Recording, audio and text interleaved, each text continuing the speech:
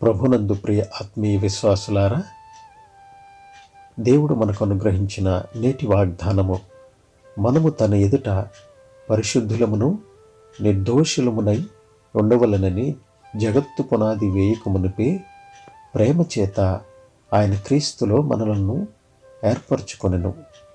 ఎఫెసీయులకు రాసిన పత్రిక 1వ అధ్యాయము 6వ వచనము. సహోదరి సహోదరులారా, విశ్వాసులు పుట్టకముందే, లోకం ఉనికిలోకి రాకముందే దేవుడు భవిష్యత్తులోకి దృష్టి సారించి ప్రతి విశ్వాసిని చూచి క్రీస్తులో ఎన్నుకున్నాడు. వారిలో ప్రతి ఒక్కరిని ఒక ఉన్నతమైన స్థలంలో ఉండేలా పూర్వ నిర్ణయం చేశాడు. మనం పవిత్రంగా నిర్దోషంగా ఉండాలని, మనం ఆయన సంతానంగా ఉండాలని దేవుని కోరిక. ఎందుకంటే తన ఆత్మ పవిత్రపరిచే పని ద్వారా, మీరు సత్యం నమ్మడం ద్వారా మీకు పాప విముక్తి లభించాలని దేవుడు మిమ్మలను మొదటి నుంచి ఎన్నుకున్నాడు.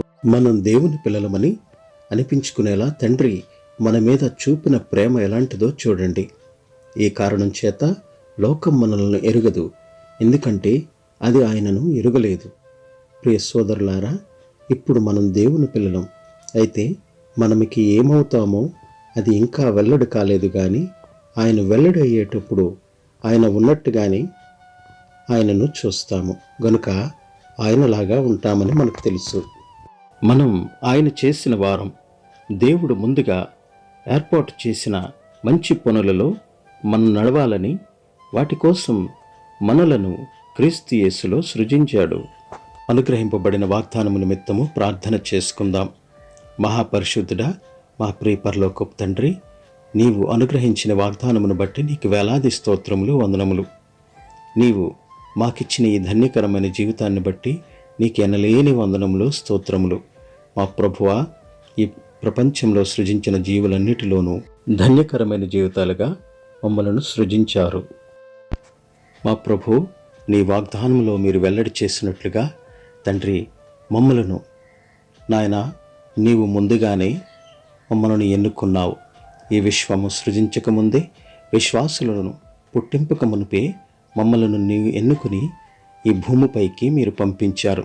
తండ్రి, నీవు ఎన్నుకున్న విధానమును బట్టి వందనములు. నాయనా, నీవు మమ్మల్ని ఎన్నుకున్నందుకు తండ్రి, నీ నామానికి చెడ్డ పేరు తెచ్చేవారముగా కాకుండా తండ్రి, నీ నామానికి మహిమకరముగా మేము జీవించుటకు సహాయం దయచేయండి.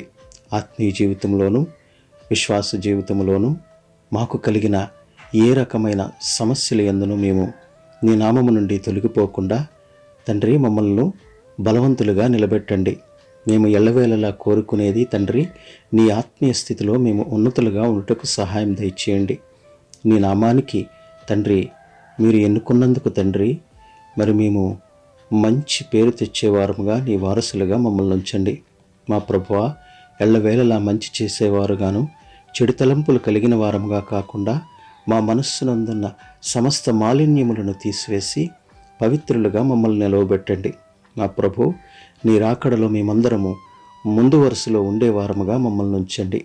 ఈ వాక్యము వింటున్న ప్రతి ఒక్క బిడ్డను ఈ ఉదయకాలంలో దర్శించండి తండ్రి.